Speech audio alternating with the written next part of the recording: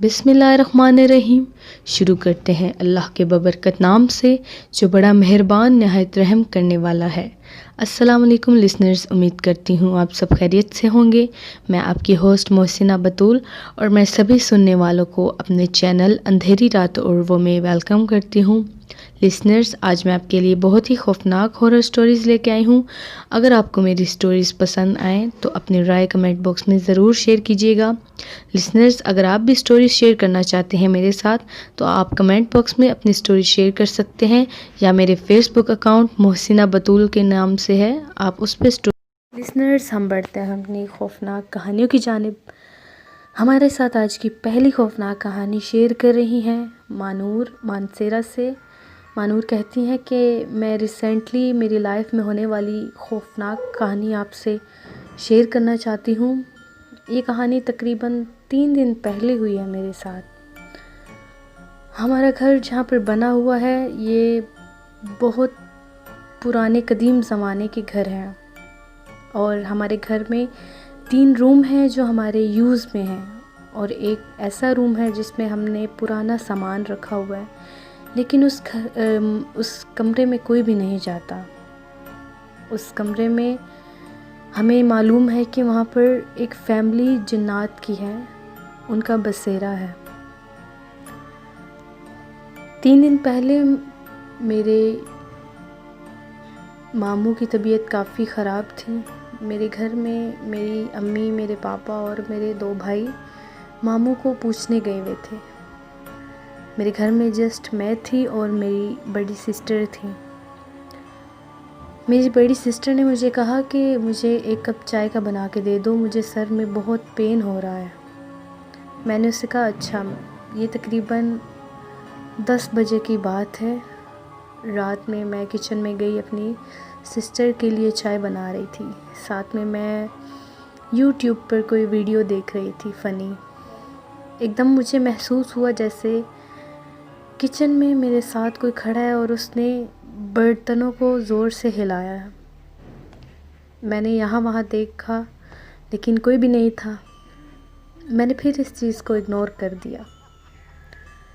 फिर थोड़ी देर के बाद मुझे फिर ऐसा फ़ील हुआ जैसे किसी ने ज़ोर से मेरे कानों में आवाज़ दी।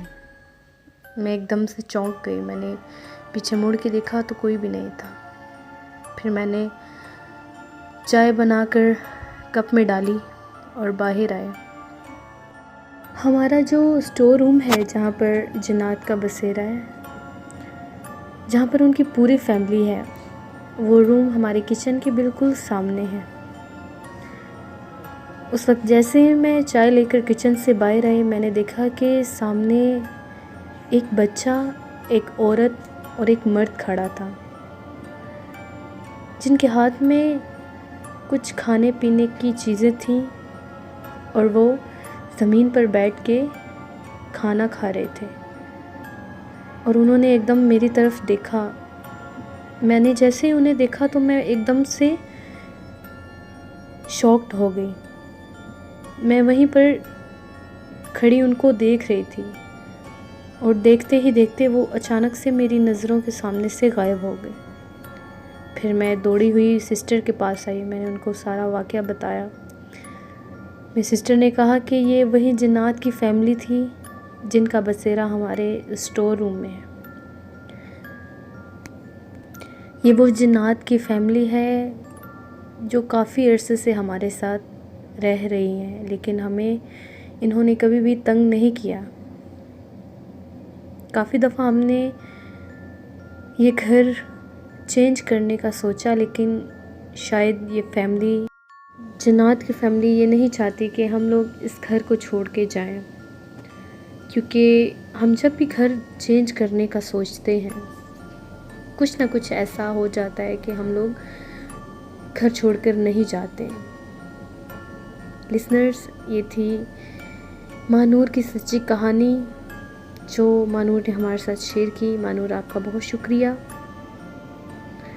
लिसनर्स, बाज़ औक़ात हमारे घरों में ऐसी जिन्नात की फैमिलीज़ होती हैं जिनका हमारे साथ रहन सहन, उठना बैठना होता है और वो जिन्नात हमारे साथ काफ़ी अटैचमेंट कर लेते हैं। उनकी हमारे साथ बहुत ज़्यादा अटैचमेंट हो जाती है। फिर हम अगर घर छोड़ने का सोचें तो वो चीज़ें हमें घर खाली करने नहीं देती, क्योंकि वो नहीं चाहती कि हम लोग उनको छोड़कर किसी दूसरे घर में चले जाएं।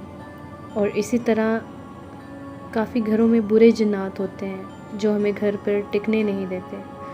वो चाहते हैं कि हमारे अलावा इस घर में कोई भी रहने ना आए, कोई भी इंसान इस घर में ना रहे।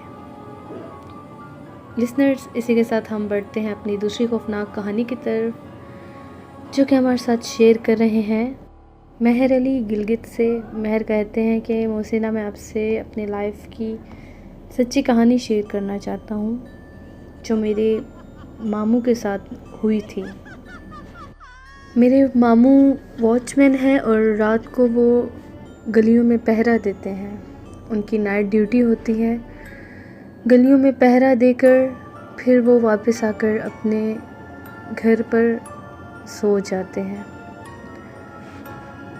महर कहते हैं कि ये तकरीबन पिछले साल की बात है। शदीद सर्दियों के दिन थे।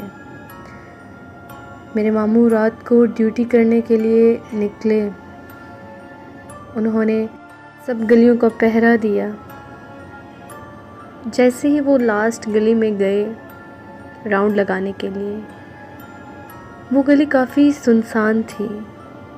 वहाँ पर काफ़ी दफ़ा लोगों ने जिन्नात के बच्चों को, काफ़ी दफ़ा किसी औरत को देखा था। मेरे मामू कहते हैं जैसे ही मैं उस गली में गया तो वहाँ पर मुझे अजीब सी दहशत महसूस हो रही थी। मैंने सब गलियों में पहरा दिया, मुझे ज़रा भी डर नहीं लगा। लेकिन जैसे ही मैं उस गली में इंटर हुआ, वहाँ पर कोई भी लाइट नहीं थी। मैंने अपनी सेल फ़ोन की लाइट ऑन की हुई थी और मैं राउंड लगा रहा था। जैसे ही मैं आधी गली में पहुँचा, एकदम से मुझे आवाज़ आई जैसे किसी ने मेरा नाम बुलाया। वो आवाज़ बहुत ही डरावनी थी। मैं एकदम आवाज़ सुनकर चुप हो गया। मैंने कहा कि ये शायद मेरा वहम होगा। मैंने फिर से राउंड लगाना स्टार्ट कर दिया। अभी तकरीबन आधी गली रह गई थी। मुझे फिर से किसी ने आवाज़ दी और इस बार आवाज़ बहुत ही ऊंची और भयानक थी। मैंने कहा कि इस वक्त कौन हो सकता है, और वो आवाज़ किसी औरत की थी जिसने मुझे मेरा नाम देकर बुलाया था। मैं फिर से खड़ा होकर इधर उधर देखने लग गया। मैंने पीछे की तरफ सारी गली देखी, लेकिन वहाँ पर मुझे दूर दूर तक कोई भी नज़र नहीं आया। जैसे ही मैं आगे की तरफ मुड़ा, मैंने देखा कि मेरे कुछ कदम फासले पर एक बूढ़ी औरत खड़ी थी जिसके हाथ में एक बैसाखी थी जो आहिस्ता आहिस्ता मेरी तरफ चल के आ रही थी और वो मदद के लिए बुला रही थी मुझे। मैंने कहा कि इस वक्त ये औरत यहाँ क्या कर रही है। मैंने उससे पूछा कि अम्मा जी, आप इस वक्त यहाँ क्या कर रही हैं, आपको क्या चाहिए, आपने किधर जाना है।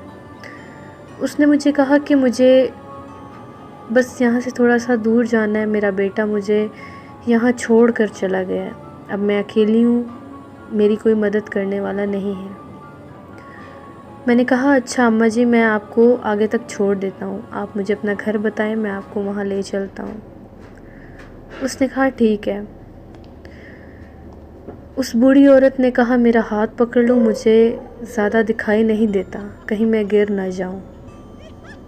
मैंने उसका हाथ पकड़ लिया और चलना स्टार्ट कर दिया। अभी मैंने वो गली उस बूढ़ी औरत के साथ क्रॉस की।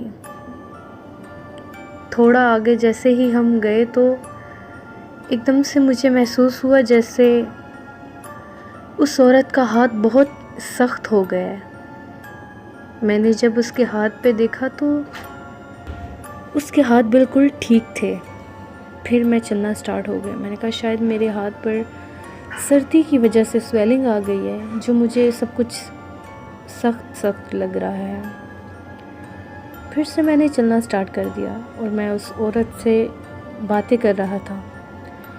एकदम से मैं आगे बढ़ा तो वो औरत वहीं पर रुक गई। मैंने उसको काफ़ी चलाने की कोशिश की, लेकिन वो औरत आगे कदम बढ़ा ही नहीं रही थी।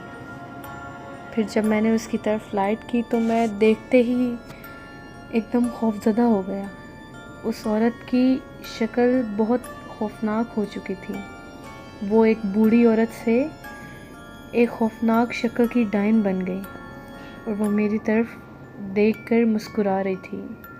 उसका हाथ अभी भी मेरे हाथ में था। मैंने उसके हाथ को ज़ोर से फेंका और अल्लाह ताला का कलाम पढ़ते हुए वहाँ से चीखता हुआ भागा। मेरे जहन में जो आयतें, मेरे जहन में जो अल्लाह ताला के कलाम आते गए, मैं पढ़ता चला गया। जैसे ही मैं घर पहुँचा मैं वहाँ पर गिर गया और बेहोश हो गया। जब मुझे होश आया तो मैंने देखा कि मेरे घर वाले सब मेरे इर्द गिर्द खड़े हुए थे। उन्होंने मुझसे पूछा कि क्या हुआ।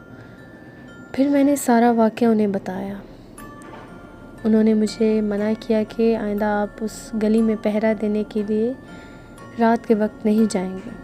फिर मैं कभी भी उस गली में रात के वक्त पहरा देने के लिए नहीं गए।